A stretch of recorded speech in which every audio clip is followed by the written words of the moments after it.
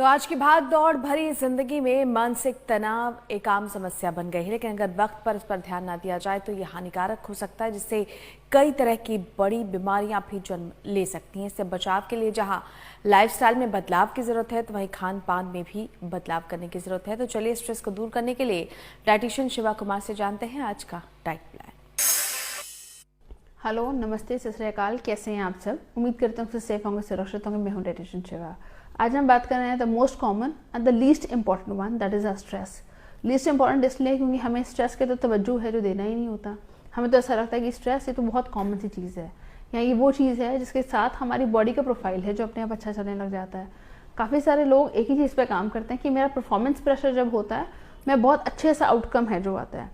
आप एक चीज़ को समझिए कि अगर आपका हमेशा परफॉर्मेंस प्रेशर पे बॉडी अगर जाएगी तो आपका CNS और ANS दोनों चीज़ें हैं जो डैमेज होनी शुरू हो जाएंगी, और आपके रिफ्लेक्स हैं जो स्लो होने शुरू हो जाते हैं।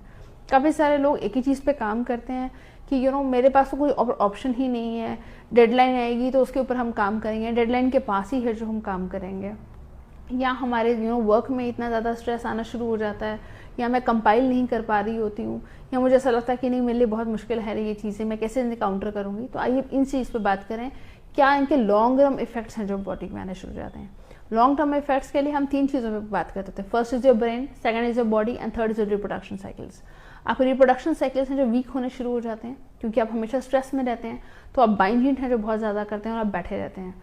तो आपके मेल हैं या फीमेल हैं, तो it's not about stress males को कम होगा या फीमेल्स को बहुत ज़्यादा होगा, या फीमेल बहुत सॉफ्ट होती हैं इसलिए उनको ज़्यादा दिक्कतें हैं जो आने लग जाती हैं।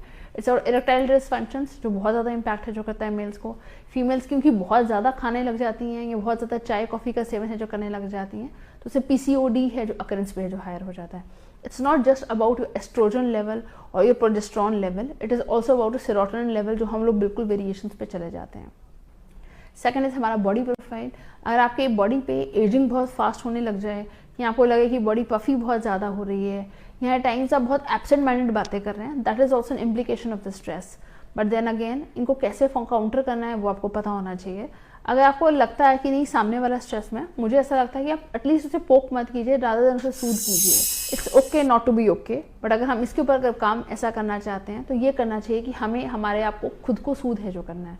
आप अपने रिजुविनेशन हैं जो होने चाहिए, वो चीज़ें कीजिए जो आपको खुशी देके जाता है। May be a cycling, may be jogging, exercise, workout, what, but at least do some exercise और do something apart from your general routine. Now we talk about the mental health या हमारे ब्रेन हेल्थ। आपके neurotransmitters हैं जो बहुत ज़्यादा damage होने शुरू हो जाते हैं, उसके साथ आपका बॉडी का प्रोफाइल इतना इंडेक्स लो चला जाता है कि आप रिफ्लेक्स वाइज स्लो हो जाते हैं। आपकी एंग्जाइटी लोड हमेशा बहुत ज़्यादा हायर होनी शुरू हो जाती है। डिप्रेशन मोड में है जो आप जाने की बहुत ज़्यादा तादाद है जो हो जाती है। And last above all, you are always lost.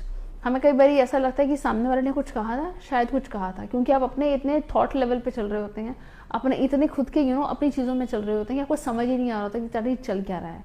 तो इसलिए जब भी आपको ऐसा लगता है कि मेरे से इसमें से 2 या 3 सिम्टम्स हैं जो बॉडी में बहुत ज़्यादा हो रहे हैं, तो अपने आप को वर्कआउट के लिए कीजिए, अच्छा खाना खाइए। अगर हम खाने के नाम पे बाहर से ऑर्डर कर लेते हैं ऑनलाइन चीज़ें और वो खाने लग जाते हैं, तो आई हैव माई डाउट्स की बॉडी डिटॉक्स है जो होती है।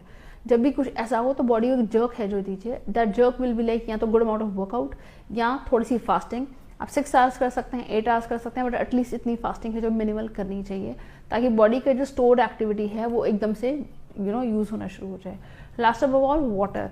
जी हाँ, क्योंकि जब हम लोग लॉस्ट होना शुरू हो जाते हैं तो हम अपने ऊपर ध्यान देना कम कर देते हैं, या ऐसा कर देते हैं कि मुझे तो अपने ऊपर सोचना ही नहीं है। तो जब आप अपने ऊपर ही ध्यान देना कम कर देते हैं तो आप पानी पीना भी कम कर देते हैं। इससे बॉडी के ड्राई सेल्स बहुत ज़्यादा वेरिएशन होने शुरू हो जाते हैं, बॉडी स्किन बहुत ज़्यादा ड्राई होनी शुरू हो जाती है, और बॉडी का आपका ड्राई माउथ है जो बहुत ज़्यादा होने लग जाता है। तो इन चीज़ों पर ध्यान दीजिए, अपने आप का ध्यान रखिए और अपने चाहने वालों का भी ध्यान रखिए। ये ज़रूरी नहीं है कि सामने वाला आपको चीख चीख के बोले that I am not okay. अगर आप उसकी बंद आंखों में या आप उसकी बंद जुबान में वो बात समझ पाते हैं तो that is the craze. So start loving your self and start loving the ones who you love the most. Thank you so much for joining me.